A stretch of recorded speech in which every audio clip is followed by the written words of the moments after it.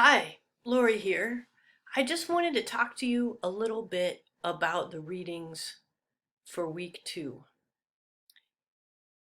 First, the reading from our textbook online. I'm going to highlight the reading on social constructionism.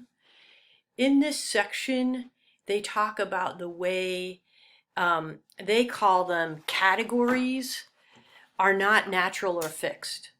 So what our gender means or what our race means, for example, they say is socially constructed. And what that means is that the meanings that we make about ourselves are defined through what we've been taught, our own experience, and what happens in our cultural contexts. So it means something different to grow up living in Chicago than, say, any other place in the country, or any other country for that matter. They say that social construction is the another way to look at identity that is different from essentialism. And they say that essentialism is the idea that we are our biological factors. I'm just scrolling there now, hopefully you're not getting ill. It's right here. Essentialism is the idea that we're really just our biological factors. And I don't agree with that, and neither does our textbook, because even our biological factors, the meanings about them have been socially constructed. The understandings that we have about race are not existent over all time. So we know that how we think about ourselves is constructed over time, place, and our own identities.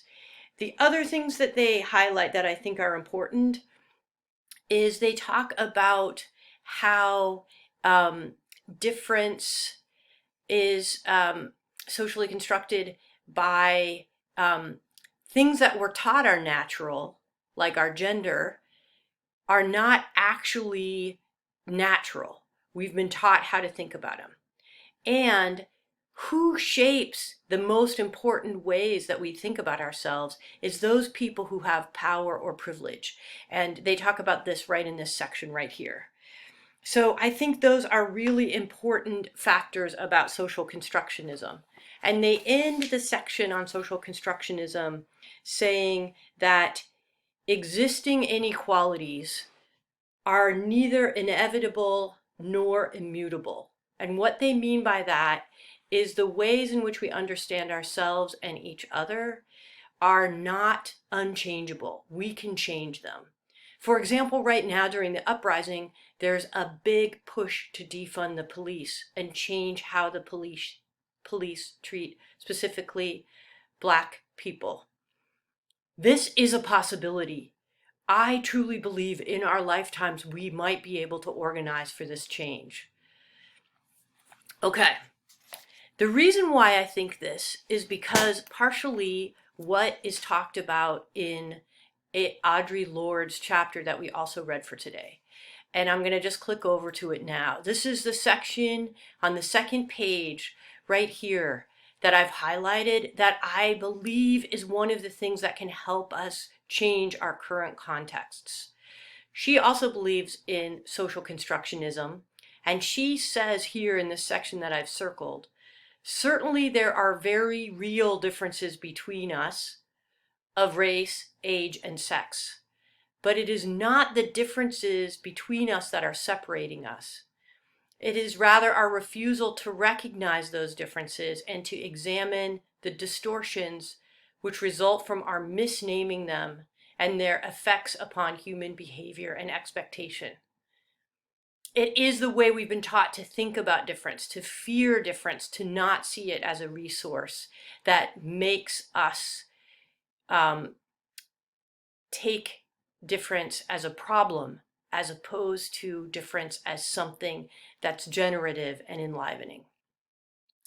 And the other reading that we had for this week, she also talks about that.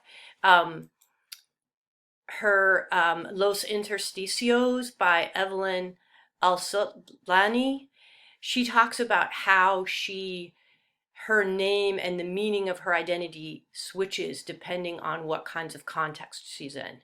Again, difference matters. It's constructed both by the context and by our own understandings. And lastly, I want to end with a quote from Bell Hooks. She talks about on page